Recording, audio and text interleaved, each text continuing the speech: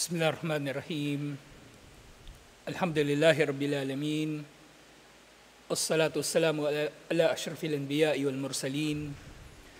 Nabiyina Muhammadin wa ala alihi wa sahbihi ajma'in. Assalamualaikum warahmatullahi wabarakatuh. Sumunod na tanong insyaAllah sa Fatawa Ramadaniya ni Sheikh bin Baz rahimahullah. Sumunod na tanong, Hafidakumullah ya samahat al-Sheikh wa baraka fikum. Pangalagaan nawa kayo ni Allah, minamahal namin Sheikh, at biyayaan nawa kayo ni Allah. O gawin nawa kayong mabiyaya ni Allah. Yahsulu kullu amin balbalatun hawla syahri Ramadan al-mubarak dukhulan wa khurujan. Fatakhtalifu biladul muslimina ma bayna mutakaddimin wa mutaakhirin. Malhallu lihadihi al-mushkilah. Sasabi dun sa tanong, nangyayari taon-taon ang mga kaguluhan, ang mga kalituhan tungkol sa buwan ng Ramadan. Kailan ba talaga ito magsisimula? Kailan ba talaga ito magtatapos? At nagkakaiba-iba ang mga tao sa iba't ibang mga lugar. Nagkakaiba-iba ang mga Muslim sa iba't ibang mga lugar. Mayroong mga nauhuhuli at meron namang nauuna. Ano ang solusyon sa problemang ito? Sa sinabi ni Sheikh rahimahullah, al-amru wasi'un likulli ahlin ru'yatuhu. So unang nilinaw ni Sheikh rahimahullah, ang bagay na ito, ang pagsisimula ng Ramadan ay isang bagay na maluwag. Maluwag ibig sabihin, ang bawat lugar ay may kanya-kanya nilang ru'ya, kanya-kanya nilang pagtingin sa hilal o kanya-kanya nilang moon sighting. So ito ang mahalagang kaida dito. Napagtibay na natin sa unang dalawang pagtalakay natin ng Ramadan ay nagsisimula nga sa ru'ya at nagtatapos sa ru'ya, pagkakakita, pagkakasaksi sa hilal. At ang sinasabi rito ni Sheikh rahimahullah na amrun wasi, na mayroong kaluwagan dito. Ibig sabihin, hindi natin kailangan maging panatiko sa usapin na ito na kailangan nating sumunod sa Saudi Arabia, kailangan natin sumunod sa Indonesia o ano paman. Ang bawat lugar ay may kanya-kanyang ru'ya o moon sighting. Al-amru wasi'un mithlu ma qala Ibn Abbas. Ang bagay na ito ay madali o mayroong pagpapaluwag dito. Pagpapaluwag, ibig sabihin pagpapadali na kumbaga ang bawat isa sa kumbaga lugar ng mga Muslim ay mayroong kani-kanilang moon sighting inshallah. Lamma kadima alihi karibum minasyam ilal Madina. Nang dumating daw sa kanya ang isang kumbaga caravan o grupo ng mga manlalakbay mula sa Syria.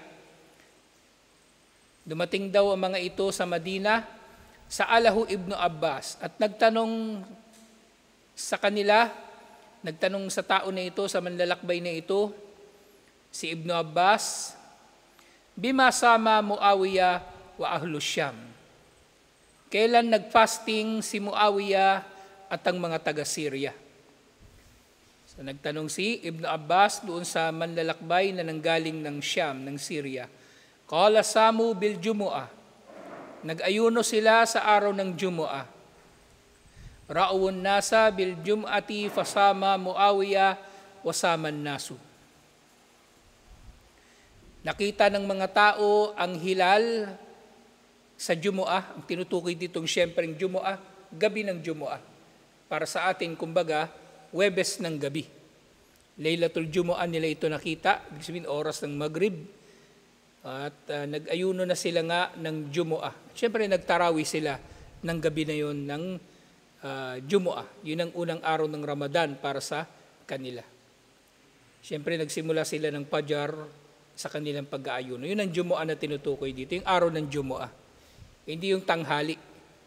Inanahan ko lang kambal, baka sabi nila, ba't Jumu'ah na gano'n, nag-fasting?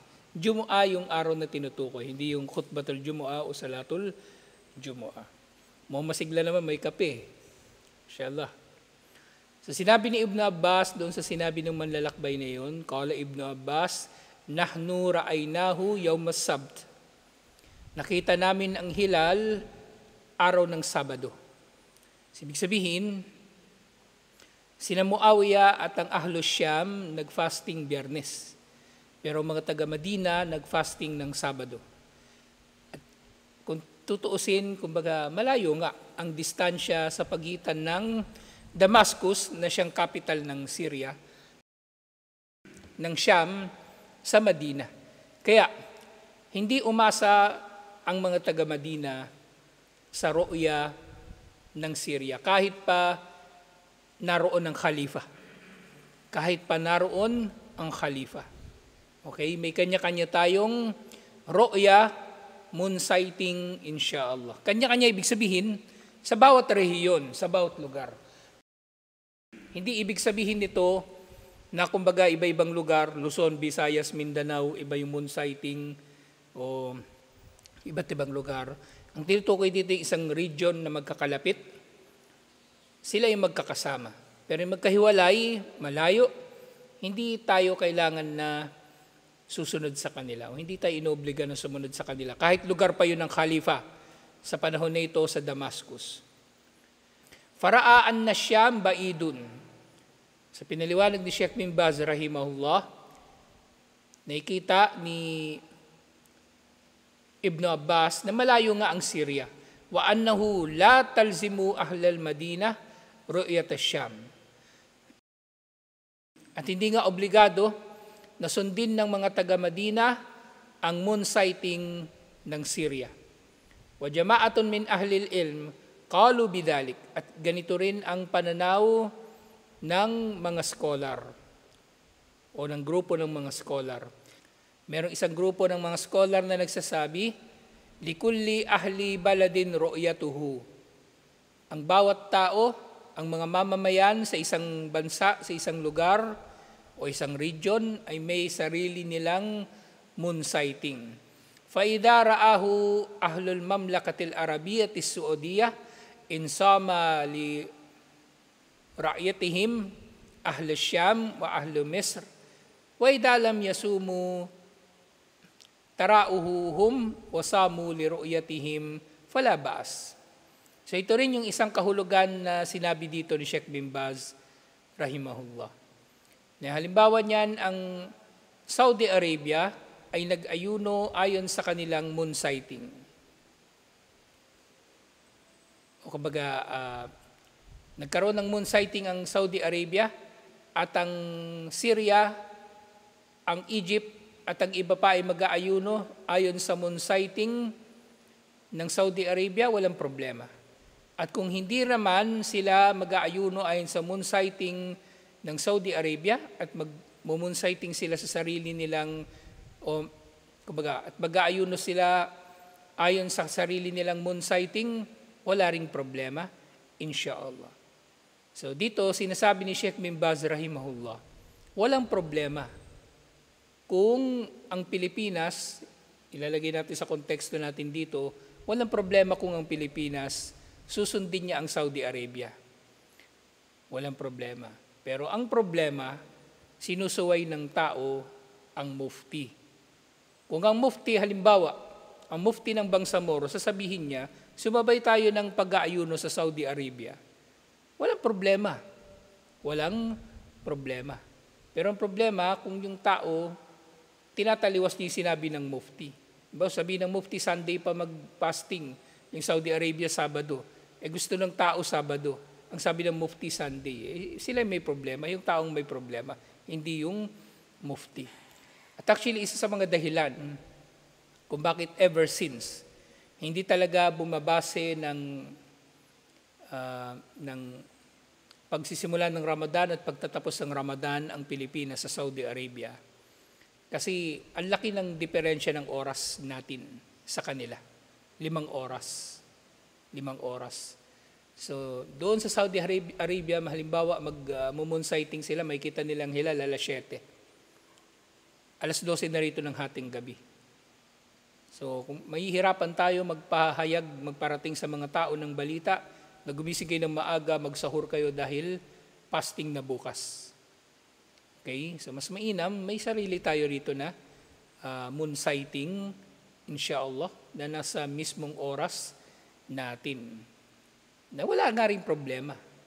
Kasi mayroong mga nagsasabi, mas maganda raw, mas mainam na sundin ng Saudi Arabia bilang pakikiisa raw sa kabuuan ng ummah.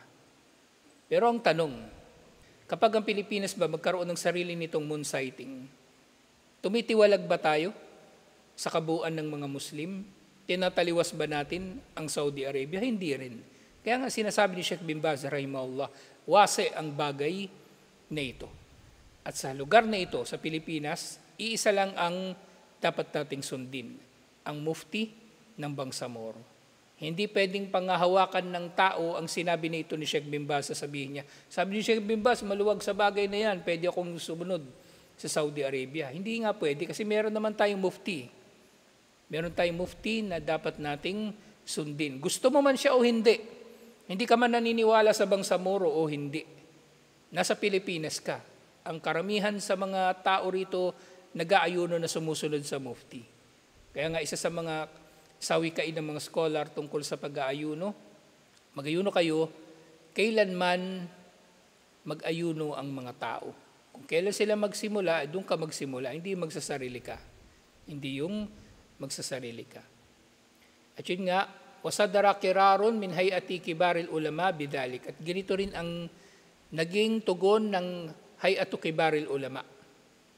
Yung mataas na komisyon ng matataas na mga scholar sa Saudi Arabia.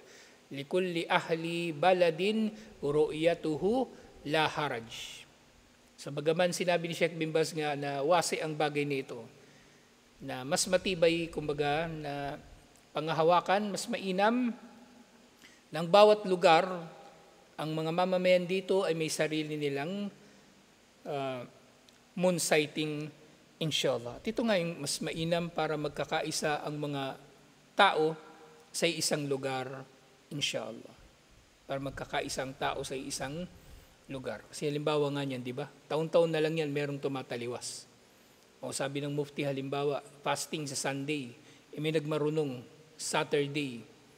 O sino ngayon ang tumataliwas? E di mga nagfasting ng Saturday nung sumuwi sa mufti bilang halimbawa, sila ang suwail. Sumunod, manil mukhatabu fi qawlihi sallallahu alaihi wasallam, sumu li ru'yatihi wa aftiru li ru'yatihi.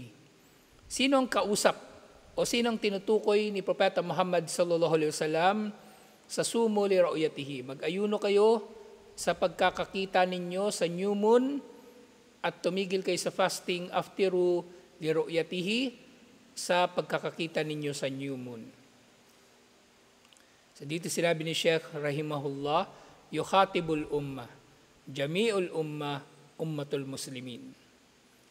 Ang tinutukoy dito ni Propeta Muhammad sallallahu alaihi wasallam, actually common sense na ito itong tanong na ito, pero alhamdulillah sinagot pa rin ito ni Sheikh rahimahullah. Na syempre, ang kinakausap dito, ang ummah sa pangkalahatan. Ang lahat ng, kumbaga, ang kabuuan ng ummah ng mga Muslim.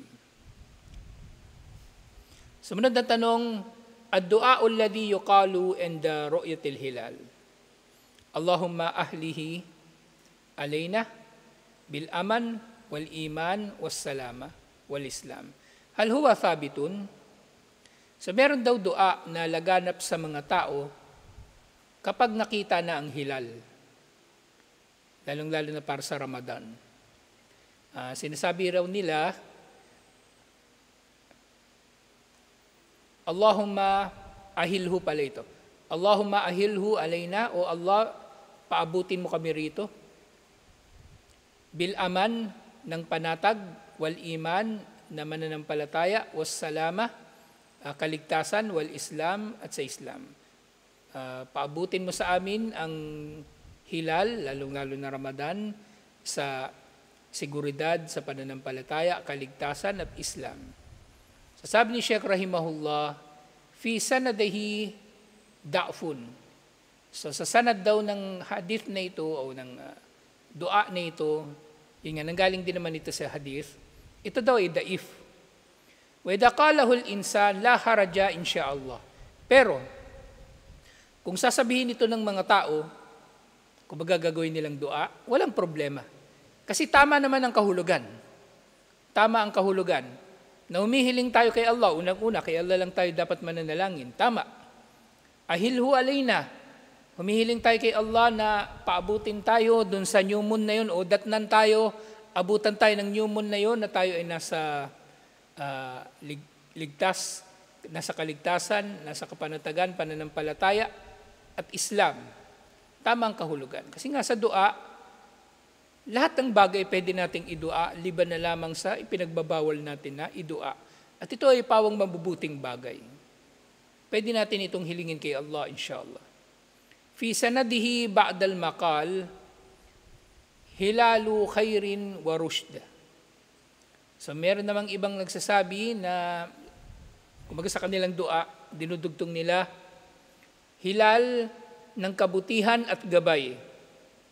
Allahumma ahilhu alayna bil amni wal imani was salamati wal islam fala ba'sa bihada. Ganun din. Wala ring problema dito kung sasabihin nila hilalu khairin wa rushdin, hilal ng kabutihan at gabay. Huwa fihi ba'da da'af lakin la haraja insyaallah. Yung sanad ng hadith nito ay daif, pero ang kahulugan ay tama, kaya walang problema na gawing dua, insyaAllah. Sumunod na tanong, samahat o Sheikh, ba'da la imma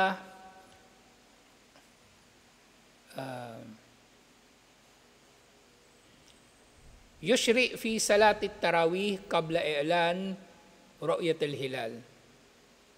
So meron daw ilang mga imam sa mga masjid na nagsasagawa na raw sila ng tarawih bago pa man mag-anunsyo ng opisyal na anunsyo na natagpuan na o nasaksihan na ang new moon. Kumbaga pinangunahan nila. Ma hukmu hadal amal, ya Sheikh? Ano ang hukom sa amal na ito, sa gawain na ito, o Sheikh? So dito tayo, alhamdulillah, sige na nakagawian na nga natin, di baling maliit tayo ng Salatul Isya. Talagang hintayin natin ang announcement ng Bangsamoro. Di baling mahuli tayo ng Isya. Hintayin. Kapag bago mag-Ramadan talaga, kung ilang taon na kayo nandito, hinihintay natin talaga yung announcement ng Bangsamoro, saka tayo mag-Isya at pagkatapos magtatarawih tayo. Kasi sa Saudi Arabia, ganun din ginagawa nila. Inaantala nila ng konti yung Isya sa paghihintay ng announcement. Sa pag-uumpisa ng Ramadan o kahit doon sa pagtatapos ng Ramadan. Kumbaga hinihintay din nila yung announcement nang sa gayon kapag sila ay nagsalatul Isya, alam na nila kung sila ba ay magtatarawih pa ba o hindi sa dulo. O kung sa umpisa, alam nila kung magtatarawih na ba sila o hindi. So hintayin natin yung official na announcement. Kaya dito sinabi ni Sheikh, rahimahullah, la yanbaghi hada. Hindi ito marapat. Hindi pwede. At tarawih, tuf'alu fi Ramadan. Ang tarawih ay ginagawa sa Ramadan. Fala yusalli bihim at-tarawih hatta yu'lan annahu ru'yal hilal. Hindi siya marapat na mag-imam ng tarawih hanggang sa i-anunsyo muna, ipahayag muna na nakita na ang hilal. Hanggang sa i-anunsyo muna na nakita ng hilal. Ngayon nga, paulit-ulit ko itong sinasabi. Paano halimbawa sila mismo nakita nilang hilal? Bawa tayo dito, di ba? Yung kambal, umakit doon sa sa ibabaw ng bundok, nakita nila yung hilal. Pero wala pang anunsyo, yung Bangsamoro. Hindi tayo magtatarawih. Hintayin pa rin natin yung anunsyo niya. Ngayon, pwede nga, di ba? Sinasabi ko, i-report natin sa Bangsamoro na nakita natin ang hilal. So, i-report natin, tapos kung mag-anunsyo na yung mufti, saka lang tayo magtatarawih. Hindi katulad nung nangyari nung nakaraan. Mga 2 taon na yata nakalipas, yung mga nag-moon sighting sa Luneta, nakita nila yung buwan, nag-anunsyo agad sila, Ramadan Mubarak o Ramadan na bukas, tarawih na ngayon, fasting na bukas. Tapos bandang huli, ang mufti ng Bangsamoro nagdeklara, ang simula ng Ramadan sa susunod pang araw. So yun yung problema. Wala silang otoridad sa bagay na ito. Pinangungunahan nila ang mufti. Hindi ito sa usapin ng pagiging excited. Alam natin, excited sila, masaya sila, dumating na ang Ramadan. Maraming magsasadaka. buhay na yung mga modus nila. Pero, ang linaw ng bagay na ito, isa lang ang pwedeng magdideklara nito. Isa lang. Hindi pwedeng uunahan natin ang mufti ng Bangsamoro. Minsan dyan mo rin makikita yung sabihin nila ugali o asal ng tao na mahilig siyang manguna sa mga bagay-bagay kasi feeling niya doon siya sisikat, doon siya makikilala. Ano bang masama kung hintayin mo lang ng konti yung Bangsamoro mag-announce? O pag nag-announce yan, kidlat, sibilis lang yan ng kidlat. O yan na yung post ni mufti. Di share mo kagad. Ganun lang kasimple. Hindi mo kailangan silang unahan. Ba't papasok ka ba sa paraiso? Kapag naunahan mo yung mufti, magdeklara ng Ramadan, magiging garantiya ba yun na papasok ka sa paraiso? O garantiya yun na matalino ka? O mas marunong ka? Hindi rin. Hindi rin. So dapat yung tao nasasanay sa ganitong sistema. Hiling tayo ng hiling na magkaroon ng khalifa. Diba? Sinasabi ng mga tao, sana may khalifa para meron uling jihad para malalabanan natin yung kuffar na nangaapi sa mga Muslim. Mufti nga, hindi nyo masunod Moon sighting na lang, hindi nyo masunod. Tapos hihiling ka pa ng khalifa, baka hampasin ka ng khalifa, makita niyang suwail ka. Hihiling pa sila, hindi lang basta-basta ang khalifa yung hinihiling nila. O Allah, bigyan mo kaming khalifa katulad ni Omar. Baka kung yung khalifa katulad ni Omar, laging bad trip sa atin yun kasi tigas ng ulo natin. Moon sighting na nga lang, hirap pa tayong sumunod. Paano pa pag may khalifa na? Diba? So dapat masanay tayo sa kaayusan. Masanay tayo sa kaayusan, inshallah. Al-hukuma, tu'linu dhalika fil ida'a. Yan nga, binabanggit na. Ang gobyerno daw ay mag-aanunsyo nito sa pamagitan ng media, sa pamagitan ng broadcast. Iba't ibang paraan. Internet, meron na ngayon. Bakit kailangan pa natin magsarili ng pag-aanunsyo? Maghintay tayo.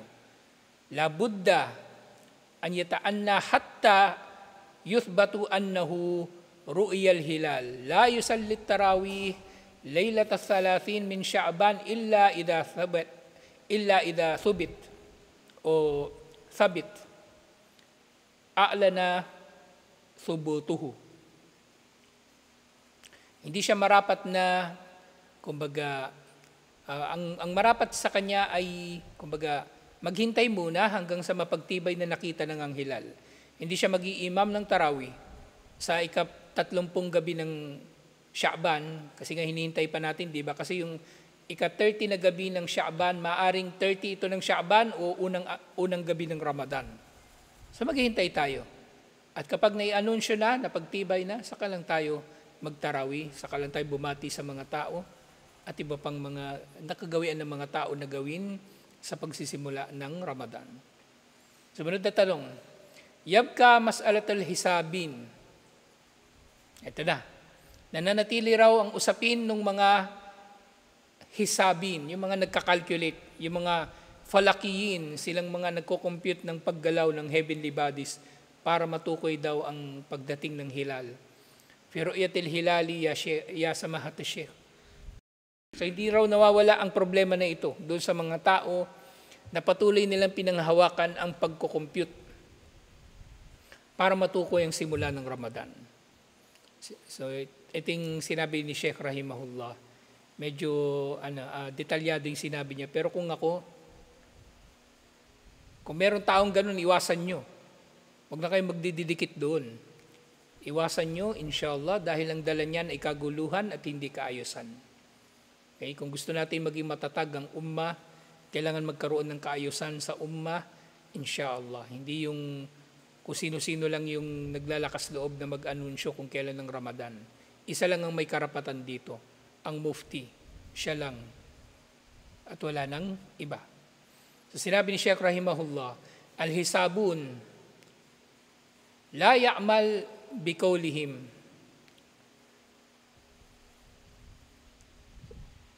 Yaqulu Rasulullah sallallahu alaihi wasallam, inna ummatun amiyah, la naktubu wala nahsab. Asyahru hakada, wa hakada, wa hakada. Wa asyara bi asabihi al-asharata thalath marrat. Wa syahru hakada, wa hakada, wa hakada. Wa khanasa bi ibhamihi fi thalitha. Yani tis'a wa ishrin. Fala tasumu hatta tarawul hilal. So hindi raw sinasabuhay ng mga hisabo ng sinabi ni Propeta Muhammad sallallahu alaihi wasallam. Sinabi ni Propeta Muhammad sallallahu alaihi wasallam, tayo ay umma ng mga ummi. Hindi raw tayo nagsusulat at hindi tayo nagbibilang. Pero siyempre, tinutukoy dito ni Propeta Muhammad sallallahu alaihi wasallam, may kinalaman ito unang-una sa ating relihiyon. Na hindi tayo nagko-compute, hindi pala nagbibilang, hindi nagbibilang kahulugan, nagko-compute. Hindi natin kino-compute, lalong-lalo na yung pagdating ng Ramadan. La naktub, kumbaga sa umma na ito, hindi tayo nagsusulat, ibig niya sabihin, mas kinakabisado natin yung mga bagay-bagay. Pero syempre walang problema kung nagsusulat ka. At wala rin problema kung nagko-compute ka. Pero syempre may tamang kalalagyan ng mga bagay na yan. Lahat ng hadith ay inuunawa natin ng makatuwiran inshallah. Sabi ni Propeta Muhammad sallallahu alaihi wasallam, asyahru hakada wa hakada wa hakada. So tinukoy daw ni Propeta Muhammad sallallahu alaihi wasallam, sabi niya, ang buwan daw ay ganito. Ibig sabihin niya, 30. Tapos inulit niya, asyahru hakada wa hakada wa hakada, 29. So ganun daw ang mga buwan. 30 at 29 lang ang araw. So ganun niya sinabi na ganito lang ang mga araw. Kaya titingnan natin ang hilal. At huwag kayong mag-aayuno liban na lang na makita ninyo ang hilal. Fala tuftiru hatta tarawul hilal. At hindi kayo titigil sa fasting hanggang sa makita ninyo ang hilal. Fa in gummi alaykum fa akmilul iddata 30. At kung naging maulap sa inyo ay kumpletuhin ang araw ng 30 days. Ammal hesabun, sabi ni Sheikh, fala yultafat ilayhim wala yuawwal ala hisabihim. Ang mga nagko-compute daw, hindi natin sila kailangan lingunin o tingnan o bigyan ng konsiderasyon ng kanilang sinasabi. Wala yan bagilahum an yunshiru hisabahum. At hindi maaari, hindi marapat sa kanila na ipapalaganap nila yung kanilang mga computation. Yung iba dyan, meron pang mapa, meron pang graph, ang ganda ng presentation. Hindi natin siya papansinin. Yan bagi man'uhum min nashri hisabatihim li'annahum syawwashu alan nas. Dapat pa nga silang pagbawalan na ipakalat yung kanilang pagkukompute dahil ginugulo nila ang mga tao. So nga, hindi natin sila titingnan, la fi mas'alati ru'yatil hilal. Wala tayong pakialam sa kanila tungkol sa moon sighting. Wala fi mas'alatil kusufat. Kahit sa usapin ng mga eclipse, bago sasabihin nila, ganito yung eclipse, ganito, ganyan. Kaya nga yung nagkaroon ng issue dyan dati, yung Salatul Kusuf. May mga Muslim dito nagsalatul Kusuf. Ngayon, tanong ko, nakikita nyo ba, nasasaksihan nyo ba yung kusuf ngayon sa ibabaw ng mga ulo nyo? Ganun dapat. Yun sila, nakabalita lang sila na magkakaroon ng eclipse. Nagsala na sila ng Salatul Kusuf. Yung pala, tiningnan ko uli sa Facebook o sa Google, tiningnan ko, sa US pala ang eclipse. Hindi tayo pwedeng sasala ng Salatul Kusuf. Na, kumbaga, ang unang usapin doon, hindi naman natin nakikita sa ulo natin.